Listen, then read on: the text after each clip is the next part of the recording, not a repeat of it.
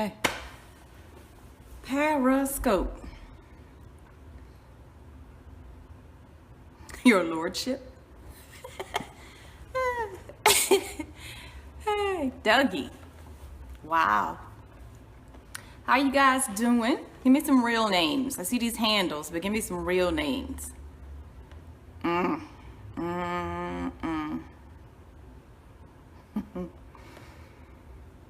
Hey, Dion.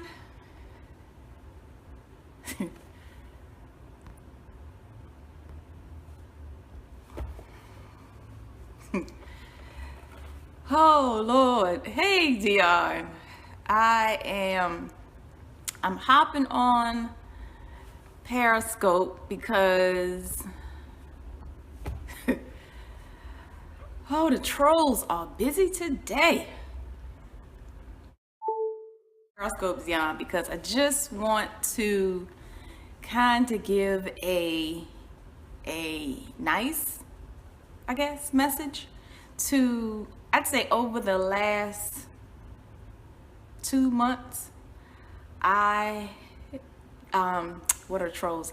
Trolls are the people that put comments in the scope that are derogatory. The scope, the guy that put the message up, or that said, do you want to worship me, or all these other nasty things that they put up in the Periscope. That's what we call trolls, straight trolls. But the guys I'm talking to and about in this particular scope aren't the trolls, because in my, whether it's Facebook messaging or, hey Rita, whether it's Facebook messaging or my Twitter DM with the private messages, or just any way on social media that somebody can send you a private message. Within the last, I don't know, 45, 50 days, I've gotten a good number of messages or emails from real accounts, real names, so they're not trolls, but they're very complimentary. You know, then they include a lot of words like sweetheart and hun and honey, and that's not why I'm on social media. I am, thank you. Let me say this. Thank you for the compliments, you know, to those guys. Thank you for the compliments. However, the position that you are currently attempting to put in a application for has been abolished. It does not exist in my life. I know I am not married and I'm not dating anybody, but those are also not mandates in anybody's life. You don't have to do either one of those to exist. To exist or be happy. I ain't fooling with you, Rita. To exist or be happy. I stopped dating because I really got tired of the American modern man, the modern man. I got sick of it, and I got sick and tired of being sick and tired. And when you sick and tired of being sick and tired, you change things. And my change to that was just to stop interacting with them and to stop doing it. The last date, I mean, like really, really date that I went out on was probably in 2002, 2003. I had tried, no, I mean, it was just, y'all, it was just a series of horrible dates, one after the other. I tried the whole hanging out thing, like back in 2006 and 2012 maybe, but men don't know themselves like they think they do, or they think women are simple, one or the other. Because when I tell you that your feelings are your responsibility, and when I tell you that all we will ever be is friends, that's what I mean. That's what I mean. It's not anything that you can do to change that. Giving my phone number to your friends and family, trying to get them to call me to change my mind, that shit ain't gonna happen. It's not gonna happen. I'm not the chick that's emotional. I'm not the chick that you tell me I'm pretty, or you mention the M word and I fall apart, you know, fold up like a picnic table, or just light up like a Christmas tree. You ain't that first dude. And I'm not interested. So since both of those blew up in my face, I just cut it out altogether and I stopped dating. The horrible dates. One date, okay, I was going out with this guy. I met him at the movie theater. We went to the door. When I got to the door, I stopped, right? He walked into me in the back and then looked over my shoulder and said, "Is it locked?" As in, is the door locked? Okay, that was our last conversation. I enjoyed the movie. After the movie, I said good night, and that was our last conversation. Another dude, okay, we were out to dinner, and the waiter came, and the waiter asked, you know, for the beverage order.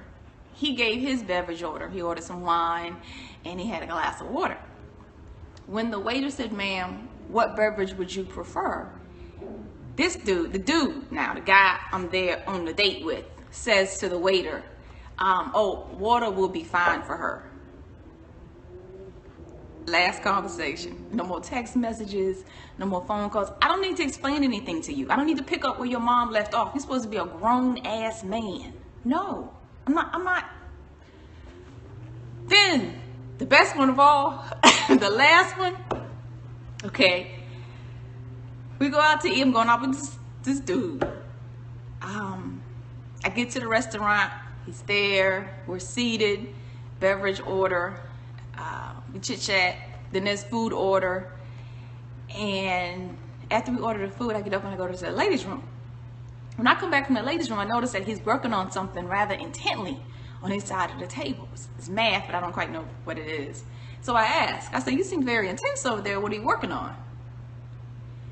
He says to me, "You told me that you were a contracts negotiator, right?" I said, "Yeah." "Nah," says, "it wasn't even about the bill. Check this." He says to me, "You're a contracts negotiator and they make on average this amount of money. So if I hook up with you, then in about 4 months, I should be able to go from a 3-eye to a 5-eye. I enjoyed my meal. That was our last conversation. Not another text, not another phone call, nothing. After that, I kind of left it alone. It's hard when you know how God intended relationships to be, what God intended for marriage, and how He purposed it in His space and time, because God moves everything in time. Everything moves in circles, and you got the sun and the moon and the seasons.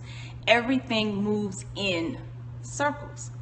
So when you know that God created the institution of marriage for His own purpose of procreation, and that there's a role, there are specific roles for the man and specific roles for the woman, and the man is the protector and the defender and the provider, and the woman is the nurturer and the love and the support, and that each one, as they move in what God has purposed for them, creates God's purposed circle of life, his own circle of living. And when you constantly meet dudes that are so far off from the belief system that you have, how you live your life, it's not even worth going out with them anymore. It's not even worth having them in your airspace. Nowadays, most don't know their place. Right, exactly. So it becomes so frustrating just having them in your space, because they say some of the dumbest and some of the stupidest things, girl.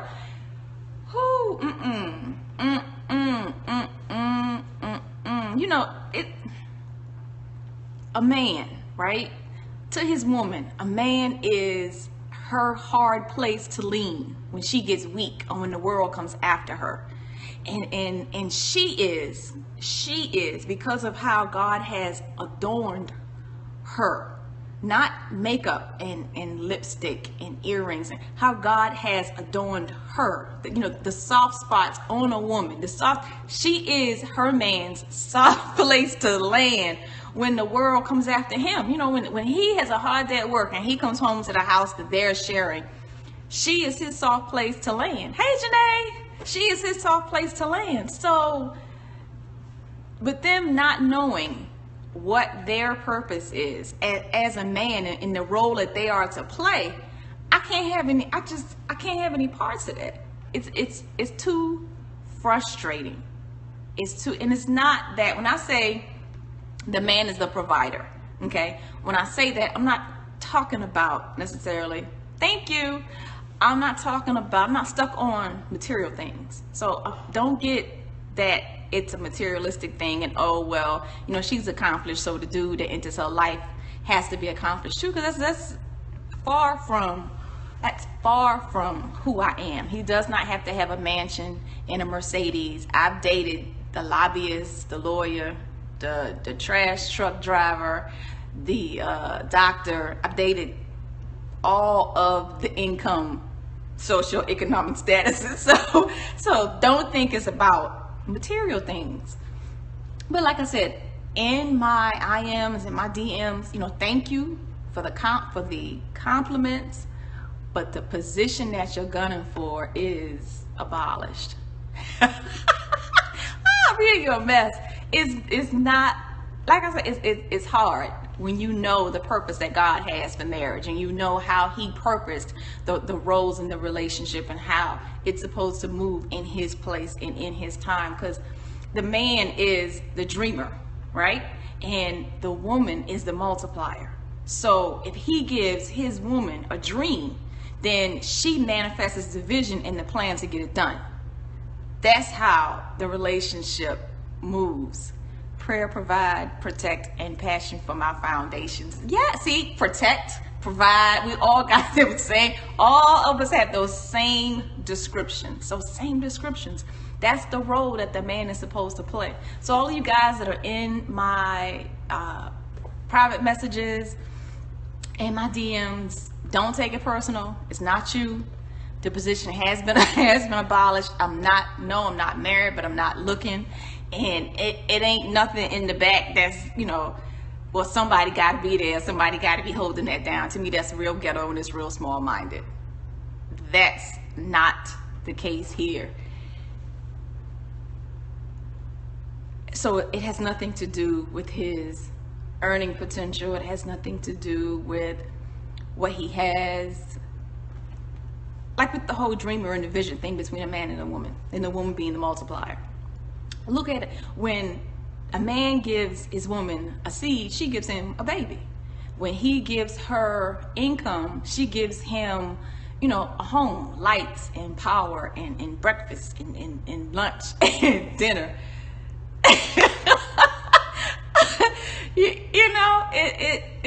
It's when you see and you know your Bible and you know how it's purposed, and you're looking for it to be purposed in that manner, and that's what feels right to you. Because I know there are a lot of relationships out there that there are role reversals, and it all depends on the individual and their belief system. It all depends on the ups and downs that they go through and how they plan to make it. I'm not one of them chicks. He has to be on. He has to know, because men say that a man doesn't know who he is until he knows what he does best as far as his job, and he knows how he's going to provide, because those things define him. Whether he is a architect, or if he is a home builder, or if he is a car mechanic, whatever that is that he makes his being, how he provides for his family becomes his identity. And until that identity is known, a man is not really a man. And but you can add to that, Janae, because we can add to that a man is not really a complete man until he has his woman, because his manifestations really aren't being maximized to the levels that God really has for them, because he's still pushing and trying to get it done all on his own. He doesn't have his manifestor or his multiplier by his side.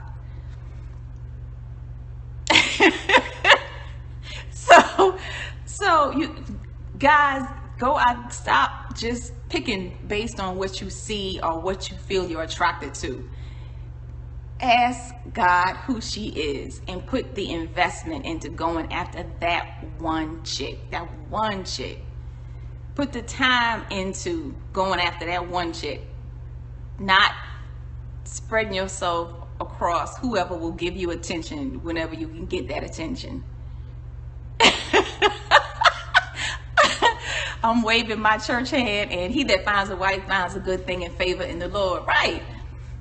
It's all the things that we hear almost every Sunday, 2-3 times a month, because pastors are always saying that two of their biggest problems is if they can just keep the single people from sleeping with people, and if they can keep the married people sleeping with each other, they can make the world a better place.